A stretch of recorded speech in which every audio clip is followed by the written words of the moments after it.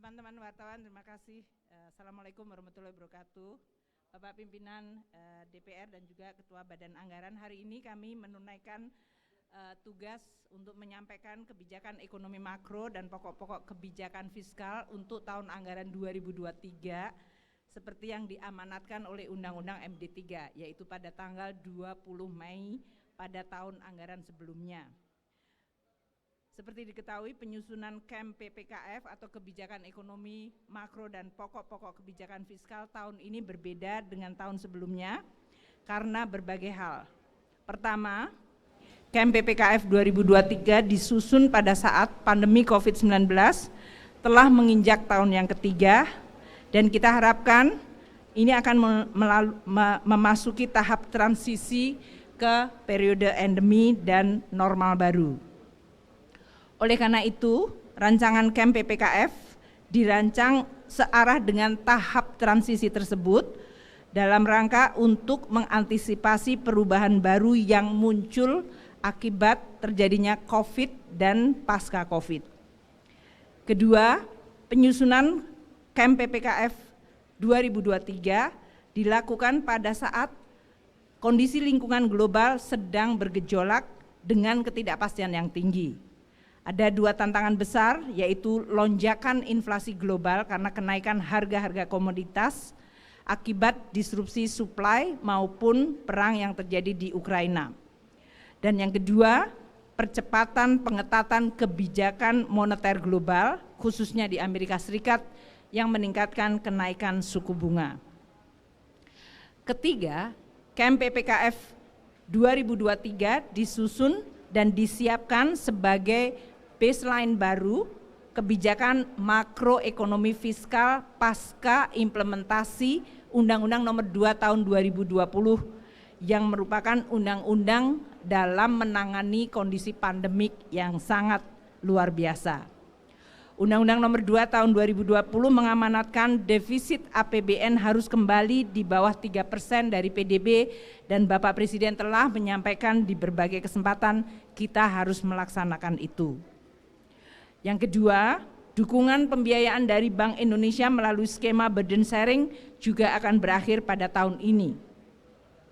Sejak awal pandemi, bulan Maret 2020, kebijakan ekonomi makro dan kebijakan fiskal memiliki peran yang sangat penting, sangat strategis, dan menjadi kebijakan utama di dalam menangani berbagai langkah darurat dan langkah luar biasa untuk bisa melindungi, pertama, melindungi dan menyelamatkan jiwa rakyat Indonesia dari ancaman COVID dengan menaikkan dukungan anggaran kesehatan yang sangat besar. Kedua, memberikan tambahan secara masif dan signifikan bantalan sosial bagi rakyat untuk melindungi masyarakat dari merosotnya daya beli akibat kehilangan pekerjaan dan terhentinya kegiatan ekonomi karena pandemi.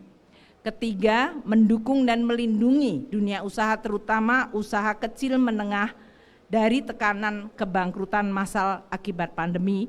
Dan keempat, menjaga stabilitas sistem keuangan dari ancaman efek domino akibat kontraksi dan pelemahan ekonomi. Strategi untuk KEM PPKF 2023 difokuskan pada 1, peningkatan kualitas SDM, 2, akselerasi pembangunan infrastruktur, 3, memantapkan reformasi birokrasi dan simplifikasi regulasi, keempat, revitalisasi industri, dan kelima, pembangunan ekonomi hijau. Demikian yang ingin saya sampaikan. Tentu kita semua tahu 2023 juga merupakan tahun politik, sehingga kita harus mengantisipasi dalam hal ini seluruh kebutuhan untuk siklus politik di dalam rangka untuk bisa menyelenggarakan persiapan pemilu 2024 secara baik. Demikian Bapak Pimpinan yang kami sampaikan. Terima kasih. Assalamualaikum warahmatullahi wabarakatuh. Baik, jika ada pertanyaan langsung ke Bu Menteri Keuangan mengenai masalah yang sudah disampaikan, jangan masalah yang lain dulu. Silakan. Ada Pak. Udah. Ada mau tanya? Sudah cukup. Ambil gambar, selesai ya? Ya, silakan. Satu aja. Udah hari Jumat, nggak usah lah.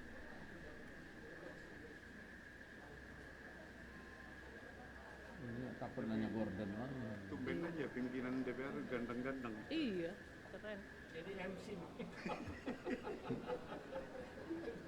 Udah teriak aja Mas. Izin Bu Menteri, izin Bu Menteri, mungkin bisa dijawab pertanyaan saya. Ada dua pertanyaan. Itu pertama mungkin soal rencana untuk menutup beban subsidi dan kompensasi ke PLN itu Bu. Itu kan kemarin Ibu sempat bilang ada kenaikan tarif listrik gitu, TDL untuk pelanggan 3000 volt ke atas gitu. Itu berapa Bu ya besarannya gitu, kenaikannya itu untuk bisa mengkompensasi itu untuk menutup subsidi ke PLN gitu. Dan apakah itu untuk rumah tangga saja gitu? Dan apakah itu juga akan ke industri atau ke bisnis gitu? Itu pertanyaan pertama Bu. Dan itu kapan targetnya? Yang kedua itu terkait dengan apa kenaikan atau enggak revisi asumsi ICP yang dinaikkan ke 100 US dollar per barel itu. Dengan revisi itu berapa target penerimaan dari sektor hulu migas Bu ya? Itu pasti akan ada penyesuaian yang cukup signifikan Bu. Izin Bu. Dari media mana? Dari bisnis, izin Pak. Oke. Jadi tadi pertanyaan pertama mungkin konstruksinya agak dikoreksi ya.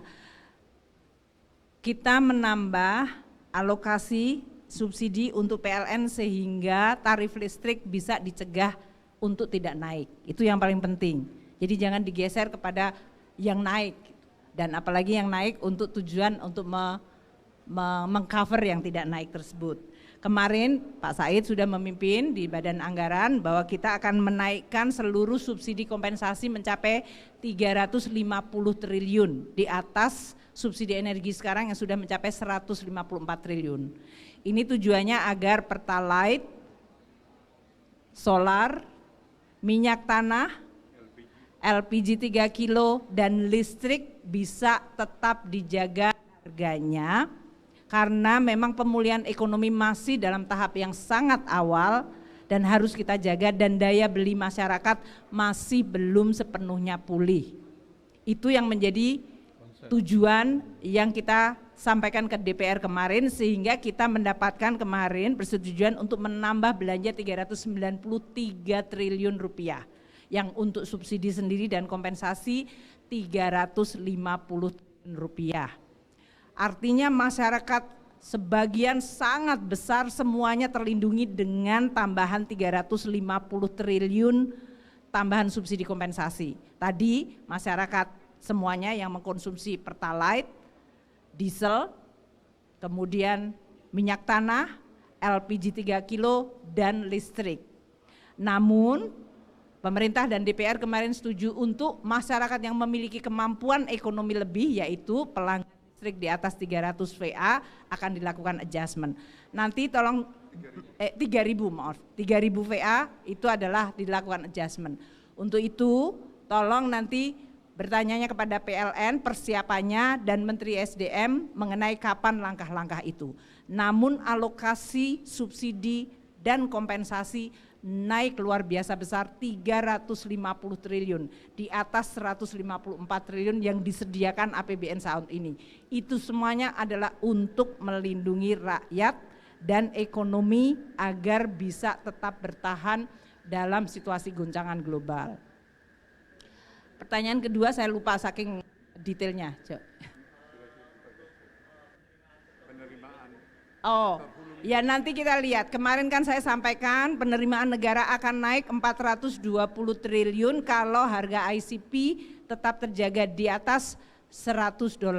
Breakdownnya penerimaannya berasal dari pajak migas, non migas, penerimaan bea cukai, PNBP, dari yang hulu hilir nanti kita akan lihat. Kan setiap bulan saya akan ada penjelasan mengenai kondisi APBN. Nah, mungkin itu ya. Terima kasih. Assalamualaikum warahmatullahi wabarakatuh. Karena hari Jumat Cukup. kita cukupkan. Terima kasih Bapak Pimpinan. Baik, terima kasih. Terima kasih Bapak. Ayo Bapak.